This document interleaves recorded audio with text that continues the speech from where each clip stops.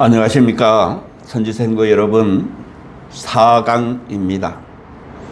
이 4강 통해서 성막 짓는 법, 3강에 이어서 성막 짓는 법에 대해서 우리가 서로 알아보고자 합니다. 이 성막 짓는 법에 있어서는 먼저 우리 교재를 가지고 보면 택함 입은 자에 대한 이야기가 있고, 두 번째는 하나님의 영을 받은 자에 대한 이야기였습니다. 우리가 아까 그 지명하여 부른 그 내용 속에 보면, 그 정강의에 보면 거기에 있는 내용, 오홀리압 부살렐 오홀리압을 통해서 하나님의 영에 대한 충만함 이야기했고요. 지혜로운 마음 이런 이야기를 했습니다만, 그래서 하나님의 영을 받은 자들이 해야 된다라는 의미를 갖죠.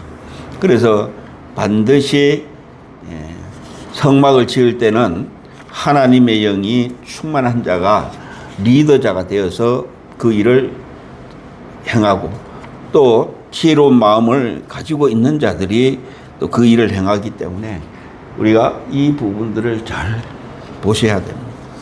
그리고 세 번째는 성막을 지을 때는 그냥 짓는 것이 아니죠. 분명히 반드시 정해진 예물을 가지고 지어야 합니다. 그래서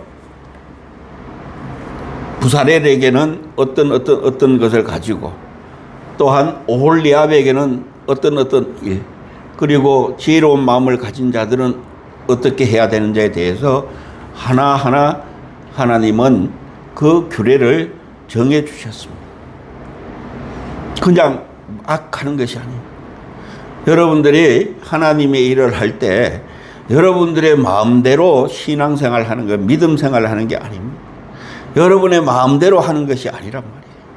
그런데 우리는 여러분의 생각대로, 여러분의 경험대로, 여러분의 것을 가지고 행하려고 하고 있습니다. 우리는 그거 하나씩 제거하는 것이 필요합니다. 그래서 오늘은 이 시간을 통해서 우리가 세 번째, 분명히 정한 예물이 되어야 된다고 이야기합니다. 그래서 출애굽기 36장에 보면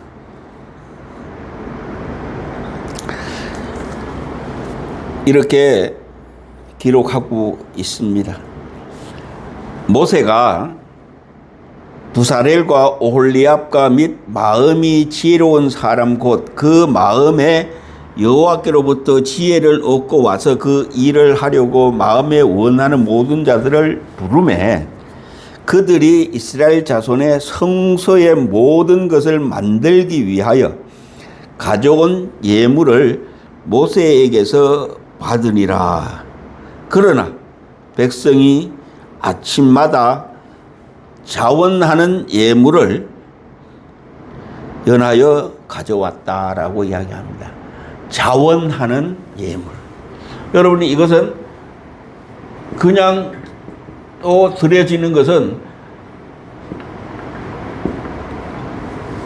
그냥 강제로 하는 것이 아니라는 이야기예요. 그런데 오늘날 우리 한국교회에 이 교회마다 좀 강제적인 부분들이 꽤 많이 있죠. 어떻게 보면 외적인 성장이 되어지는 부분을 통해서 필요하지만, 그러나 또한 그것으로 인해서 부작용이 일어나면 세상 방법이 되어버리기 때문에 우리가 이 부분은 잘 생각해야 됩니다. 그래서 이렇게 이야기합니다. 성소의 모든 일을 하는 지혜로운 자들이 각기 하는 일을 중지하고 와서 모세에게 말하여 이르되, 백성이 너무 많이 가져오므로 여호와께서 명령하신 일에 쓰기에 남음이 있나이다 라고 이렇게 할 때 모세는 백성들에게 가져오지 말아라고 이렇게 이야기합니다. 백성들이 가지고 온 이 정한 예물을 낼 것은 하나님은 그냥 한 것이 아니라는 것을 여러분 아셔야 돼요. 하나님은 이 성막을 짓기 위해서 언제 준비했는가? 그것을 여러분 아셔야 돼요. 오늘 하나님이 나를 이 시간 쓰기 위해서 언제부터 준비했는지, 누구를 통해서 준비했는지 아셔야 된단 말이에요. 그러니까 내가 오늘 여기 왔으니까 내가 그냥 된 줄 알고 하는데 아닙니다. 그렇다면 여러분들이 정말 그 예수 믿지 않는 자들, 그들의 영을 통해서 하나님이 어떻게 해서 그들에게 그것이 들어갈 수 있는지 그 길도 알아야 된다는 이야기죠. 하나님이 이거 하시기 위해서 하는 거예요. 가서 전하는 것도 있지만 여러분들이 하나님의 그 영이 가지고 있는 것이 혼으로 들어와서 혼으로서 육으로 나타나는 이 일도 필요하다는 이야기죠. 그런데 그전에는 우리는 기도를 쌓아야 된다고 이야기를 했죠.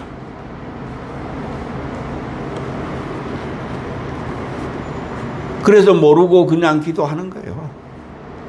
그러다 보니까 어떤 일이 벌어지느냐 하면 통일교처럼, 천부교 말고 통일교처럼, 가정교회처럼 몇 대 이런 제3의 이야기를 하고 있어요. 이걸 응용해서 하는 분들이 많죠.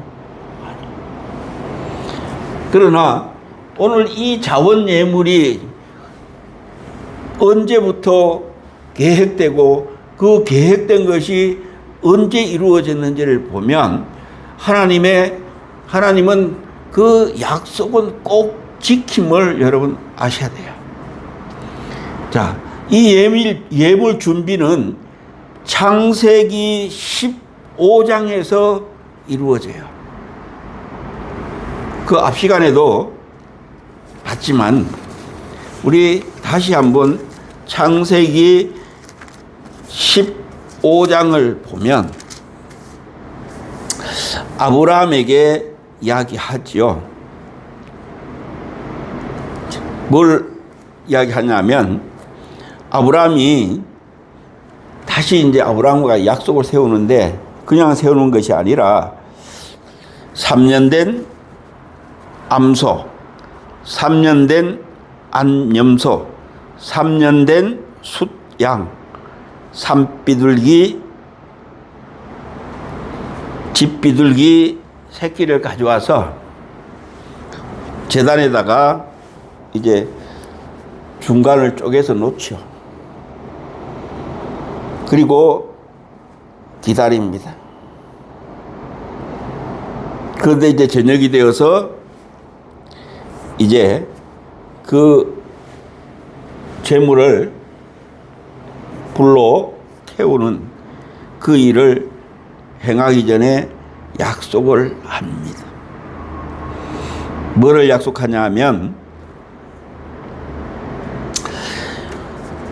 창세기 15장 13절에 보면 13절, 14절, 15절, 16절 여기에 보면 이렇게 이야기합니다. 여호와께서 아브라함에게 이르시되 너는 반드시 알라. 내 자손이 이방에서 객이 되어 그들을 섬기겠고 그들은 400년 동안 내 자손을 괴롭히리니 그들이 섬기는 나라를 내가 징벌할지며 그 후에 내 자손이 큰 재물을 이끌고 나오리라 라고 이야기합니다. 그래서 너는 장수하다가 평안히 조상에게로 돌아가 장사될 것이요 내 자손은 4대 만에 이 땅으로 돌아오리니 이는 아모리 족속의 죄악이 아직 가득 차지 아니함이니라 하시더니라고 이렇게 약속된 언약을 세우는 내용입니다. 여기에서 보면 이방인이, 내 자손이 이방인이 계기됐다는 것은 다른 말로 말하면 아브라함과 이삭과 야곱을 통해서 이루어지는 이 가정 속에서 보면 결국에는 요셉이 애굽으로 팔려가서 거기서의 삶을 통해서 하나님이 하시는 일들이 있죠. 그리고 다시 아버지와 그 형제들을 불러서 살아갑니다. 그로부터 그 애굽 땅에서 400년이라는 그 긴 시간을 이제 살지요. 더 나아가 430년이라는 그 이야기도 하지만 그 약속이, 그러면서 거기에서 살 때 여기에는 이름이 나오지 않지만 편안히 조상에게로 돌아가 장사된다. 조상에게로 돌아가 장사된다. 장사. 이 내용이 누구를 통해서 이루어지느냐 하면 이스라엘 백성들이 애굽 땅에서 나올 때, 4대 만에 나올 때 아브라함, 이삭, 야곱, 요셉의 그 뼈를 가지고 나와서 가나안 땅에 들어가서 여호수아가 숨을 거둘 때 그때쯤 되어서 세겜에 장사를 지냅니다. 그것이 그렇게 이루어져 가는 것이죠.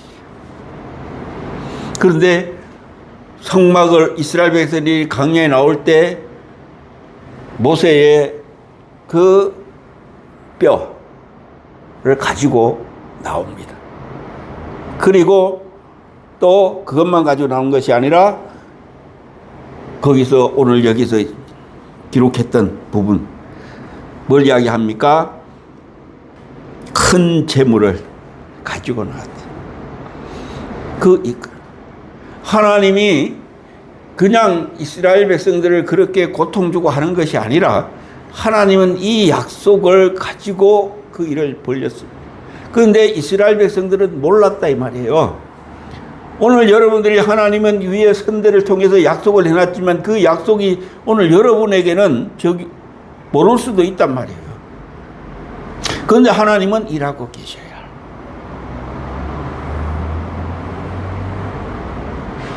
하나님의 계획은 하나님이 하시는 일이기 때문에. 그럼 여러분들은 여러분의 그 자리에서 그 일을 행해 나가는 거죠. 그래서 마지막 때 나올 때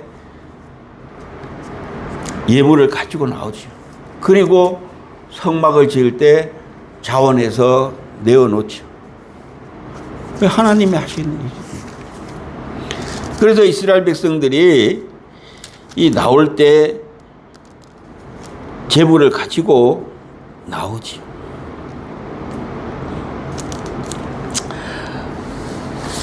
여기에 보면 출애굽기 13장에 보면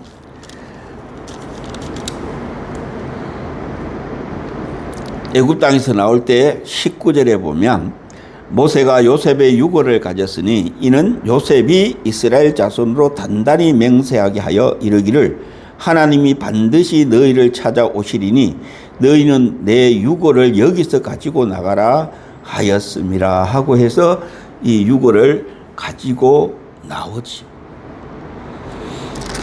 그냥 그것이 아니라 하나씩 가지고 나옵니다. 그리고 또한 여러 예물을 가지고 나오지요. 그래서 홍해를 건너서 이스라엘 백성들이 애굽 군대들이 와도 뺏기지 않고 하나님이 지켜서 그것을 예물을 가지고 준비한 것을 가지고 쓰기 때문에 하나님이 어떤 일이 있어도 악한 것들에게 뺏기지 않게끔 하나님이 하시는 일을 하신단 말이에요. 그런데 왜 우리가 그것을 뺏기느냐? 뺏기면 결국에는 우리는 병든 자죠. 하나님과 관계가 없기 때문에 뺏기는 거잖아요. 그래서 이 예물에 대한 이제 부분들을 여러분들이 하나하나 잘 아셔야 돼요. 그리고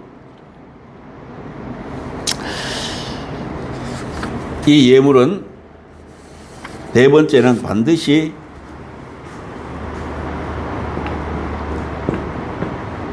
감사하는 마음이죠. 자원하는 마음이죠. 하나님이 이거라 그러면 그 리더자를 통해서 이거라 그러면 하나님이 이야기하고 그 리더자는 그것을 이야기할 때 백성들은 거기에 따르는 것이죠. 그래서 오늘 우리 교회도 마찬가지입니다. 그래서 여러분의 각자 마음에 정한 대로 하는 거예요.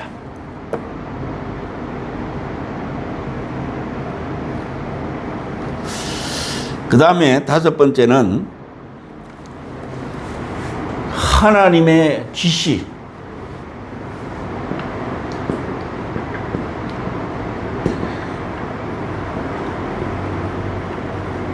절대로 사람의 지시가 아니라 하나님의 지시 받아야 돼요.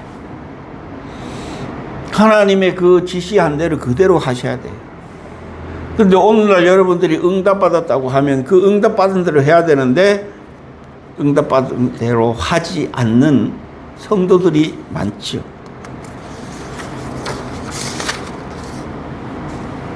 절대로 우리는 우리의 생각대로 여러분의 계획대로 여러분이 하시고자 하는 그런 일을 하는 것이 아닙니다. 오늘 여러분들은 하나님이 계획하시고 하나님이 하시는 대로 그 일을 이루어 가야 돼요. 그런데 오늘날 많은 믿는 자들은 하나님의 아들이라고 하는, 하나님의 자녀라고 하는, 하나님의 백성이라고 하는 우리 많은 성도들이 여기서 벗어나는 일들을 많이 하고 있죠. 그래서 이것을 통해서 세상 신과의 관계성처럼 세상의 종교를 믿는 자들처럼 자기 욕망, 자기 욕심, 자기가 나타나기 위해서 열정을 가지고 수단과 방법을 가리지 않고 하는 분들이 얼마나 많습니다. 나 이름을 내지 않으면서 하나님의 이름을 내가지고 내 욕심을 채우는 그런 일들이 얼마나 많습니다. 특별히 이단이라고 하는 그 이름을 가지고 있는 자들이 그걸 가지고 권력을 나타내고 재산을 나타내고 그 많은 숫자를 나타내서 나는 이런 사람이야 하고 하는 일들이 얼마나 많습니다. 그것이 아니라 하나님은 이런 분이다.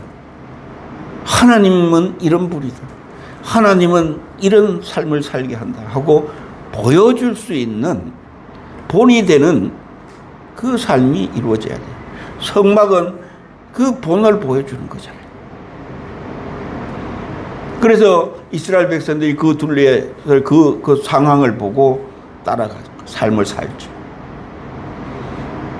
오늘 여러분들은 성막이 예수 그리스도라면, 성막이 하나님의 아들이라면, 여러분들이 하나님의 아들이 하는 그 일들을 잘 보고 가야 될 거예요. 그런데 내 생각대로 하는 것은 아니겠다. 특별히 선지생도들은 올바로 배워서 바르게 여러분들이 이 땅에서 하나님이 하시고자 하는 그 일을 행할 수 있는 그 자리로 한 걸음 한 걸음 나아가기를 소망합니다. 그래서 성막은 그냥 지어지는 것이 아니라 하나님이 방법으로, 하나님이 원하는 방법으로 짓는 것이죠. 그 다음에 성막 예물의 영적 의미에 대해서 우리가 한번 살펴보고자 합니다. 이 성막 예물의 의미, 영적 의미, 이 부분은 할 이야기가 많지요. 그러나 오늘 여러분 교재에는 하고의 또 제가 하고자 하는 이 의미는 조금 이렇게, 여러분 이 교재는 가장 기초적인 이제 부분 속에서 이루어지는 겁니다. 그래도 너무나 귀중한 겁니다. 이 책이, 이 교재가 쓰여진 것, 출판된 것은 82년, 86년 이때에 이루어지는 이 교재입니다. 그래서 이것은 여러분들이 사역할 때 하나하나씩 잘 이제 가지고 설명하면서 해 나갈 수 있는 기초적인 교재죠. 그렇다고 이것만 가지고 하는 것이 아니라 이거보다 여러분들이 한 단계 한 단계 더 연구하셔야 돼요. 그래서 더 깊이 갈 수 있는, 볼 수 있는 그것을 가져야 돼요. 그래서 오늘 이 영적 의미에 대해서 우리 내용을 가지고 보면 사가에 있는 성막 예물의 영적 의미는 하고 부분을 가지고 보면 그 앞부분에 이렇게 기록하고 있습니다. 예물에는 드리는 자의 정성과 깊은 의미가 담겨 있다고 합니다. 그러기에 동방박사가 아기 예수께 드린 3가지 예물을 가지고도 여러 성경 주석가들이 그 의미를 각기 부여하는 것이다. 그래서 이 교재를 쓴 이 교재에는 예수님께 드렸던 황금, 유향, 몰약, 황금, 유향, 몰약을 왜 드렸을까? 여기는 이제 2가지를 이제 기록하고 있습니다. 하나는 황금은 믿음이라고 하는 부분, 유향은 기도라고 하는 부분, 몰약은 슬픔이라고 하는 이 부분으로 해석하는 의미를 두는 분도 있고, 이것이 믿음, 기도, 슬픔, 왜 이 의미를 가졌을까요? 그런데 황금, 변치 않는 거잖아요. 그러니까 믿음은 변하면 안 되잖아요. 그래서 믿음으로 본 거고요. 향, 성경의 향은 성도들의 기도라고 해서 이야기하는 거고요. 그 다음에 몰약, 이것은 쓰다. 그래서 슬픔이라고 하는 이 부분을 가지고 이야기하고 있습니다. 의미적으로 이렇게 하는 것도 부분적으로는 맞아요. 그런데 여기에 예수님이라고 하는 부분을 통해서 보셔야 돼요. 예수님이 이 땅에 왜 왔어요? 하나님이 예수님을 이 땅에 보낸 이유가 있잖아요.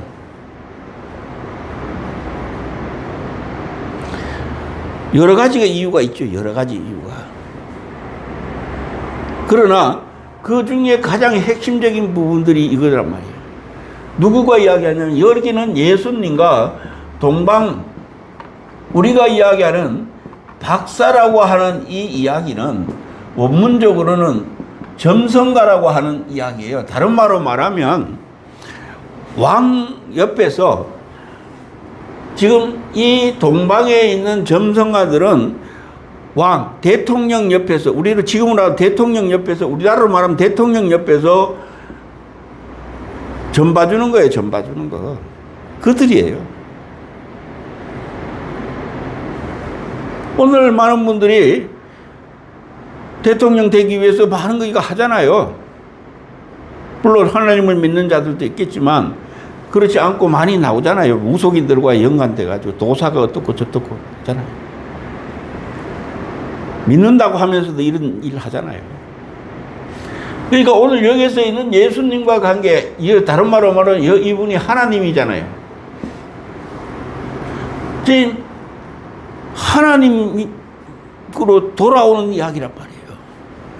그러면 다른 말로 말하면 지금 예수님은 황금과 유황과 몰약을 통해서 이 점성가들이 세상에서 사는 세상의 신을 믿고 따라갔던 그들이 이제 나는 오직 예수님만 믿겠다고 하는 이 의미를 이야기하는 거예요. 방향이 바뀌는 거예요. 그렇다면 왜 이것을 드렸을까? 내가 예수를 믿는다. 예수님께 기도한다. 이 동방마서 예수님이 우리를 위해서 뭐 슬프다. 슬픔을 받아준다라고 이렇게 해석할 수도 있단 말이에요. 그것은 어떠한 이 부분을 가서 이야기하는 것이지 이 의미가 아니라는 이야기죠. 그래서 뭘 이야기하느냐 하면 황금은 왕이다.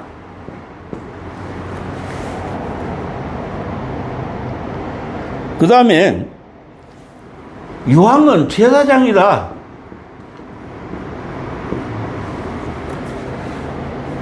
그 다음에 몰약은 선지자다. 이렇게 또 해석하는 분들이 있단 말이죠. 의미를 부여한단 말이에요. 그래서 정금, 금은 왕을 상징하죠. 그런데 아니잖아요. 또 색깔로 가면 또 다르죠. 유향, 제사장 집번 태워서 예배드리는 향을 날리는 이야기를 하죠. 몰약. 그런데 이것도 중요하지만 오늘 예수님과 관계 속에서 봅시다. 여러분, 예수님과 관계 속에서 예수님이 황금, 유향, 몰약 언제 썼느냐 이 말이에요.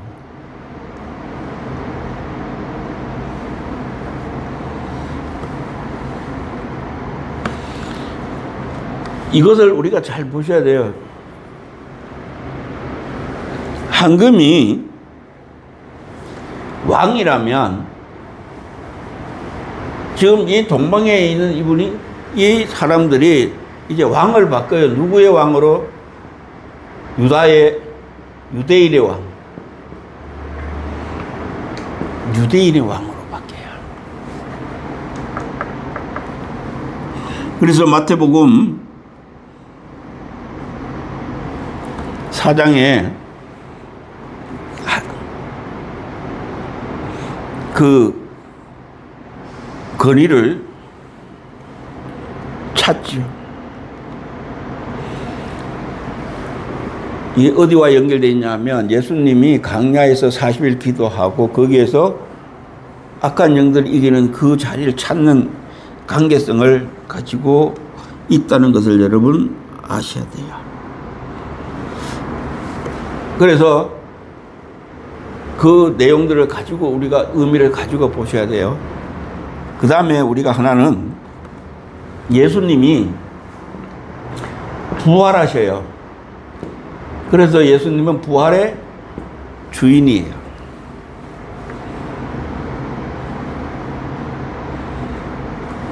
그리고 이 몰약은 십자가의 죽음을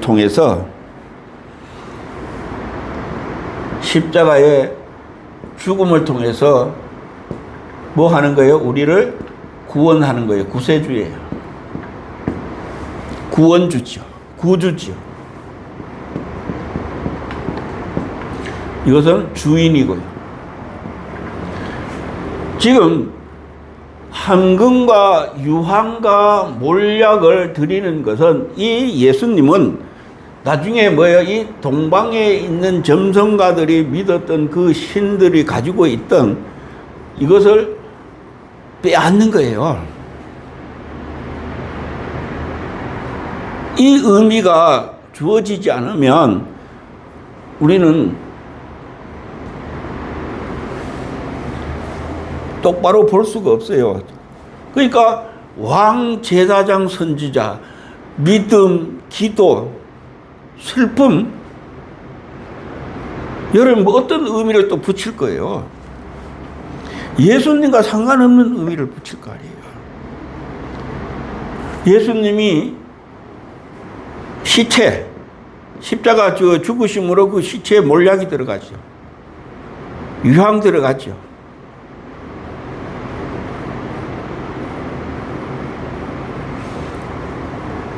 그 이야기하는 거예요. 하나님임을 이야기하잖아요.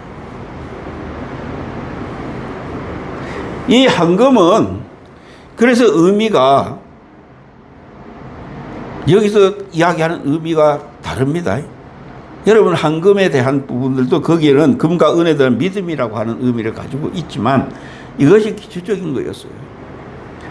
그러면 금은 뭐를 의미하며 은은 뭐를 의미하며 노선 뭐를 의미하며 그 의미가 여러분 여기서 볼 때와 점점 깨우쳐질 때는 달라져 보이는 거예요.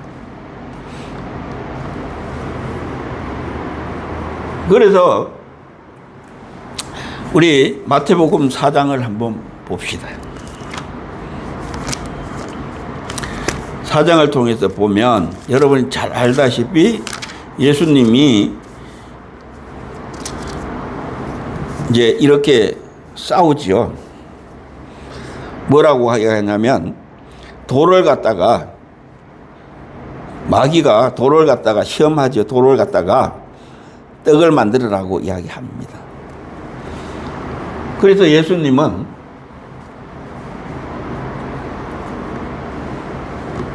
떡으로 살 것이 아니라 내 말씀으로 산다고 이야기하죠. 그게 어디서 주어지느냐 하면 십자가의 죽으심으로 말미암아 그 말씀이 이것이 떡이죠. 생명의 떡이죠. 내가 돌로 만드는 것이 아니라 내가 십자가의 죽음으로 만들겠다고 하는 것이죠. 그래서 요한복음 6장 53절에 보면 그 안에 생명의 떡의 이야기를 쭉 하고 하늘에서 온 생명의 떡 이야기 하면서 그 이야기를 하잖아요. 뭐로요? 양식, 음료, 내 살과 내 피를 이야기하잖아요. 나는 너희들이 나를 그렇게 시험하고 있지만 나는 너희들이 그렇게 하는 조롱거리가 아니라 나는 그것을 찾았다. 너 아웃. 이제는 내가 생명의 떡이라 주겠다는 이야기죠. 그 권위를 뺏는 거예요. 우리가 잃어버렸던 그 권위를 예수님이 찾음으로 말미암아 우리가 생명의 떡을 먹고 양식과 음료로 살아가잖아요. 그 십자가로 이루어져요. 그 다음에 그것이 바로 몰약과 관계성을 가집니다. 그 다음에 우리는 유향. 이 유향에 대해서는 5절과 7절에 이야기하죠. 그래서 예수님이 머리에 유향을 부었을 때 어떻게 이야기해요? 여러분, 가룟 유다가 그 팔아서 이야기하죠. 예수님에게 유향이 부어지죠. 자, 그러면서 이 의미를 뭐냐 하면 마귀가 예수를 거룩한 성으로 데려가다가 성전 꼭대기에 세우고 뛰어내리라고 이야기하죠. 그런데 예수님께서는 너의 하나님을 시험하지 말라고 이야기하죠. 주 너의 하나님을 시험하지 말라고 이야기하죠. 너희들이 시험했다. 그것을 이긴 것이 어디예요? 여기서 이야기하거든요. 내가 이제 거리를 찾는 것 어디예요? 그들이 마귀들이 들어가서 사단이 가룟 유다를 통해서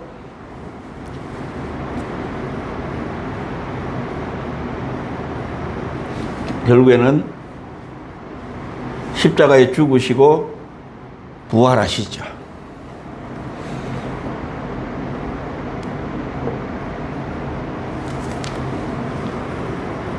유황 정결 예식을 하죠. 그래서 부활의 주인이죠.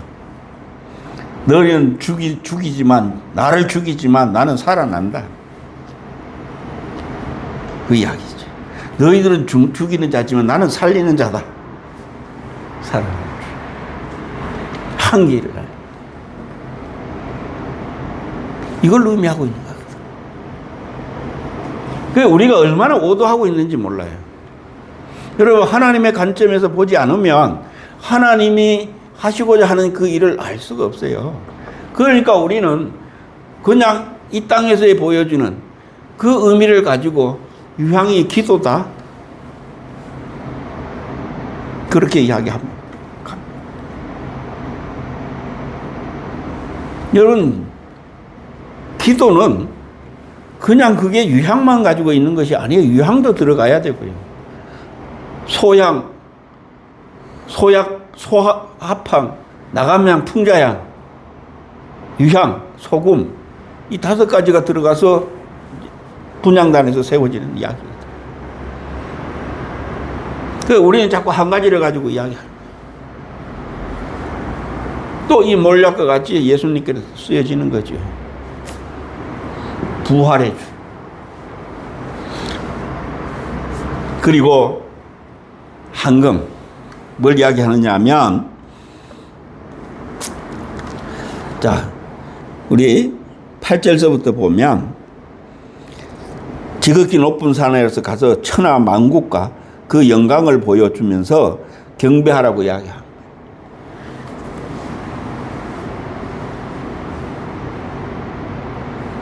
그것은 누구가 받아야 돼요? 하나님이 받아야 돼요. 예수님도 하나님, 성령님도 하나님, 아버지 하나님도 하나님이에요. 하나님이 받는 건데 저희들이 받겠다는 거예요. 온천한 만국. 그걸 다스리는 분입니다. 그래서 왕이죠. 그래서 하나님께 경배가 다만 그를 섬기라. 그러니까 하나님을, 이 왕의 권위를, 그래서 마귀의 일을 멸하는 그 일을 행하죠. 그 권위를 가지고 하죠. 그래서 여러분들, 예수님이 광야에서 마귀와 사단의 그 시험을 이겨낸 것은 이거 그들에게 있었던 걸 뺏어서, 그래서 천국 복음을 전하는 그 일들을 시작점을 이루어요. 그게 공생의 일이에요. 그래서 동방 에덴 바깥에 사는 그 사람들, 다른 신을 따라가는 그들을 이끌어내는, 끄집어내는 그 역사가 여기서 주어지죠. 그래서 왕, 주인, 구원주, 구주. 그래서 예수님에게 이 드려졌던, 동방의 점성가들에 드려졌던 것은 예수님이 누구가 된다고요? 우리를 구원하는 구세주. 또한 예수님이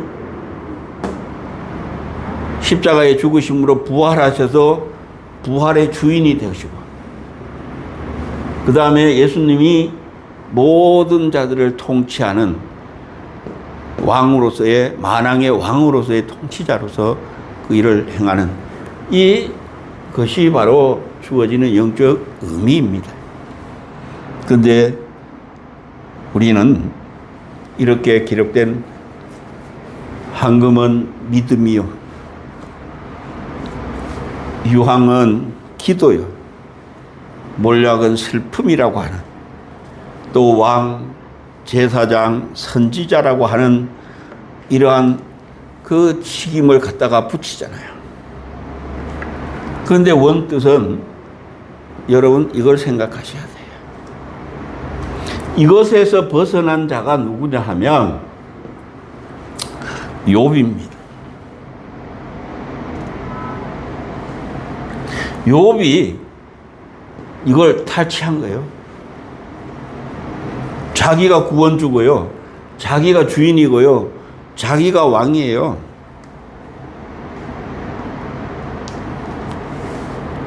그래서 우리가 하나씩 이런 바른 의미, 올바른 해석, 아버지 하나님이, 예수 그리스도 하나님이, 성령 하나님이 알려주시는 그 올바른 해석이 우리에게 필요해요. 그런데 우리는 지금까지 흘러내려왔던 그 주석, 이런 것들을 통해서 세상적인 방법에 주어질 때가 많죠. 그것도 필요하지만 여러분들은 더 가까이 하나님이 관점을 가지고 하나님이 뭐라고 하는지 그것을 가지고 알려주는 대로 알고 가야 될 것입니다. 그래서 올바른 길을 가는 여러분 되기를 원합니다. 자, 이것만 해도 우리가 영적 의미가 무엇인지 바로 알아야 된다는 이야기죠. 그러면 오늘 여기 첫 번째 금에 대해서 이제 여기에 보면 금과 은은 믿음이라고 하는 이 관점에서 시작되었어요. 그래서 아까 황금은 믿음이라고 하는 이런 이야기를 하는 거예요. 그러나 성막의 금은 황금이 아니라 정금입니다. 정금.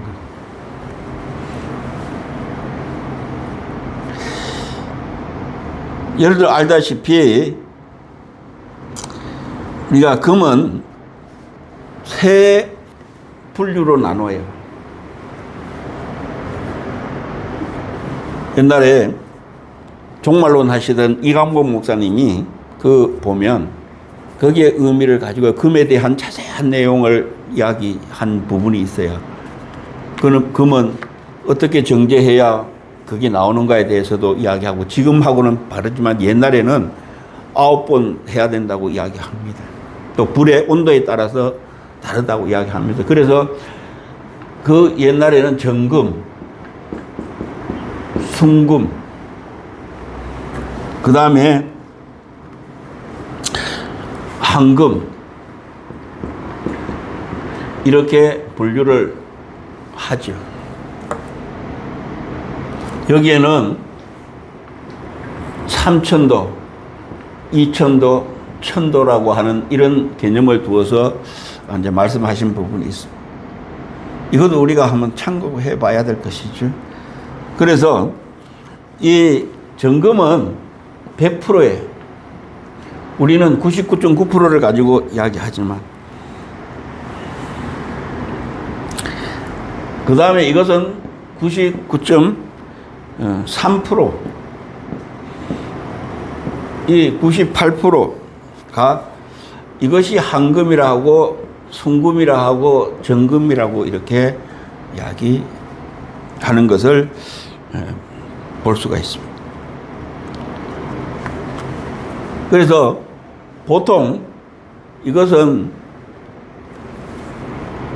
강산에서 캐가지고 한 7번 정제하고 8번째, 9번째 이렇게 해서 이제 해놓은 내용들을 가지고 보면 이렇게 되는 거예요. 그래서 온도를 통해서 이렇게 점점 불순물을 제거하는 것처럼 오늘 여러분도 이 정금같이 100%가 되기 위해서 어떻게 일하고 있는지 그 영적 의미를, 이 하나님은 100%잖아요. 그런데 우리 안에는 불순물이 있단 말이에요. 그래서 하나하나 그 불순물이 제거되려면 어떤 온도에 들어가야 되는지, 세워지는지, 그리고 그 죄는 없어지고 순수한 것만 남는지, 이제 이런 의미로 이야기하면 이제 믿음이라고 하는 의미를 가지죠. 은도 그렇고요. 그러나 우리가 이런 부분들을 가지고 어떻게 봐야 할 것인가, 어떻게 봐야 할 것인가에 대해서 우리가 앞으로 이제 하나씩 나누어 가야 돼요.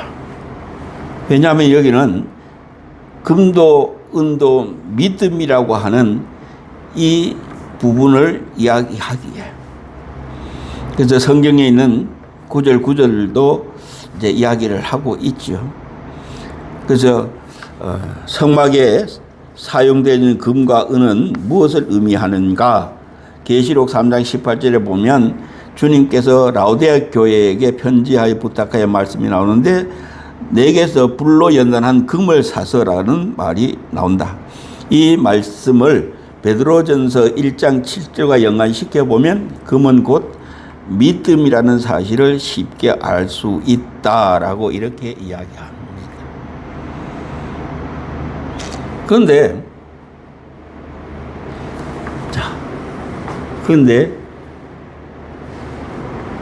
믿음이라고 하는 이것으로 가버리면 오늘 여러분 누가 믿는 거예요? 믿음은 누구예요? 믿음은 히브리서를 통해서는 또 이야기하죠. 예수 그리스도를 믿는 거예요.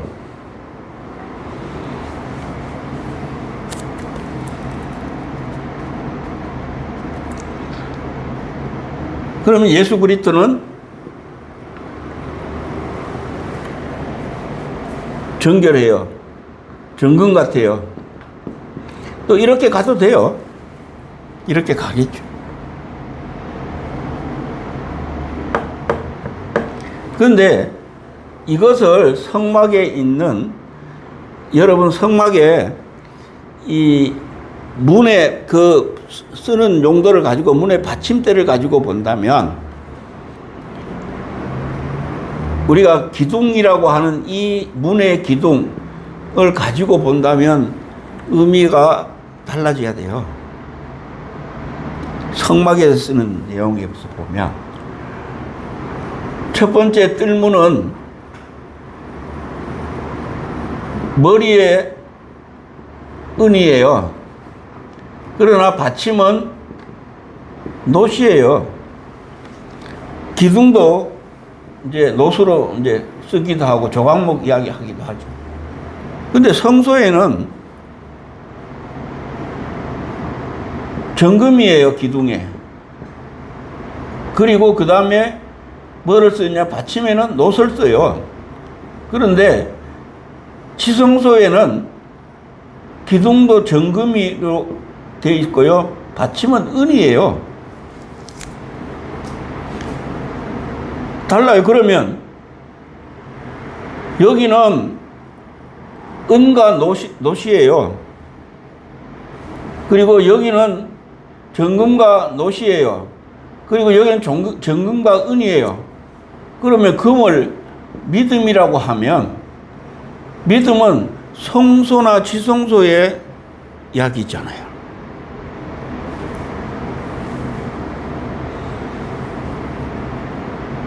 그러면 여러분 이 안에 뜰에 있는, 놋으로 있는 그 부분을 어떻게 이야기할 거예요? 이것만 믿음이에요?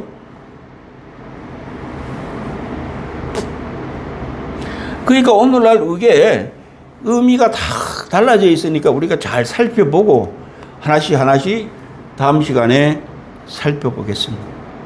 그래서 정확하게 알고 바르게 알고 여러분들이 성경을 해석해야 되는 것이죠. 그래서 하나님의 관점이 아니면, 하나님의 시각이 아니면, 하나님의 그 자원이 아니면, 하나님의 것으로 하지 않는다면, 우리는 세상의 것으로 접목한다면 바르게 알 수가 없습니다. 그래서 바르기를 가는 것 같지만 빗나가 있다는 것을 여러분 아시기를 바랍니다. 감사합니다. 다음 시간에 뵙겠습니다.